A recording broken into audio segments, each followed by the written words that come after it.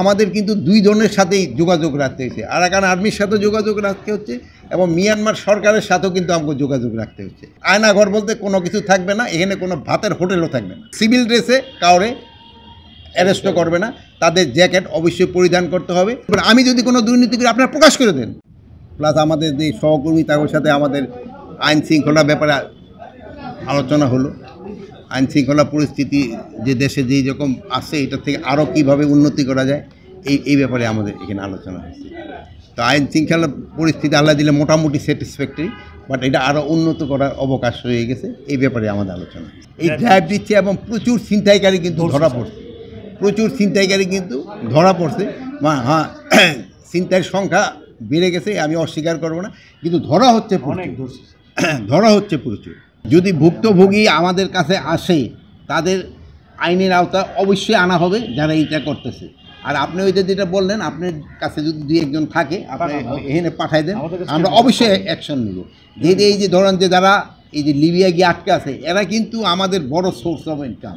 তারা কিন্তু এই বহু কষ্ট পরিশ্রম করে আমাদের দেশে টাকা পাঠাচ্ছে।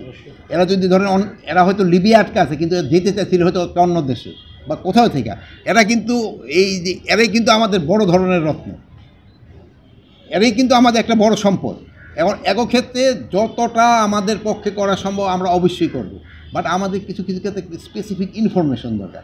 আপনারা যদি দয়া করে যদি আমাদের ইনফরমেশনটা দেন, আমরা অবশ্যই ব্যবস্থা নিই।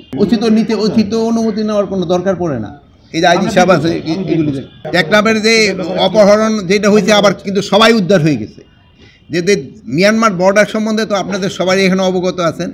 মিয়ানমারের যে আরাকান আর্মি পুরা আমাদের এই বর্ডার বেল্টের অপোজিটে যে মিয়ানমারের যে অংশ, এটা পুরাটা হলো আরাকান আর্মির দখলে চলে গেছে।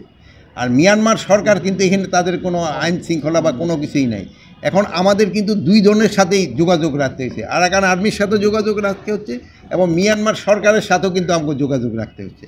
বাট মিয়ানমার সরকারের সাথে যে বর্ডার সিকিউরিটি ফোর্স আগে যেমন ধরেন একটা বসতে পারতো, এখন তাদের তো কোনো বসার জায়গা নেই।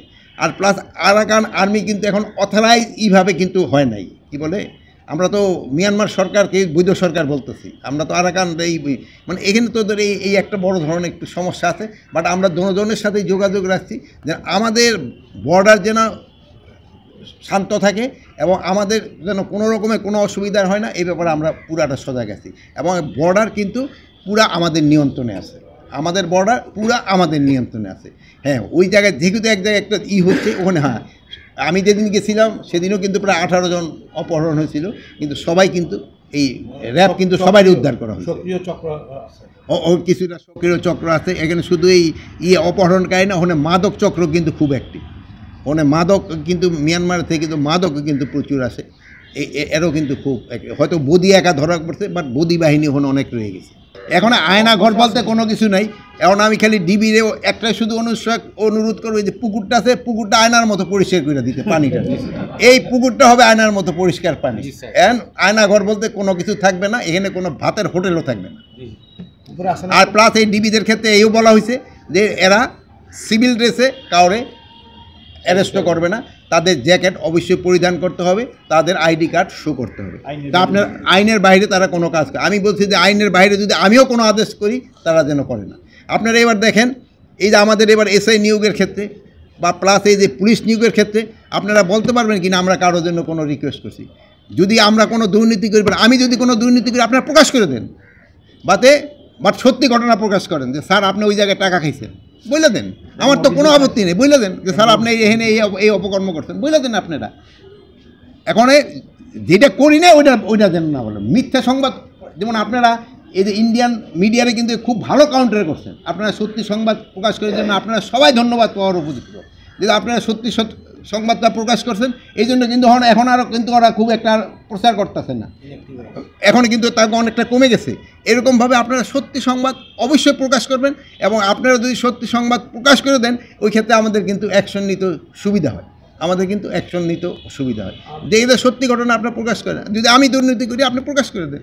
প্রত্যেকটা একাডেমিতে একটা শৃঙ্খলা জনিত কারণে যদি কেউ আউট হয় তাকে তো নেওয়া হয় না, এটা শুধু পুলিশ একাডেমিতে না। আপনারা জানেন আমাদের পুলিশ একাডেমিটা কিন্তু সবচেয়ে পুরানো এবং নাম করা এই ইসে রাজশাহী যে পুলিশ একাডেমি, এটা কিন্তু সবচেয়ে পুরাতন এবং নাম করা একাডেমি।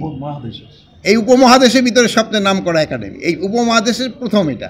আপনি এরা যেই করতেছে যদি আইন, এই দেখুন যে এগো যে করছে কি বলে এই আইন মানে শৃঙ্খলাজনিত কারণে বের করছে, এটা একটা প্রমাণ হলো। দেখেন এখন তারা কিন্তু এই বিশৃঙ্খল কাজ করতেছে। এরা যদি শৃঙ্খল হইতো তো তারা তো প্রপারভাবে একটা অ্যাপ্লিকেশন করতে পারতো আইজি সাহেবের কাছে, স্যার আমার তো এটা ঠিক হয় নাই। পুলিশ একাডেমি যদি ঠিকমতো কাজ না করে থাকে তো আইজি সাহেবের কাছে বলতে পারতো।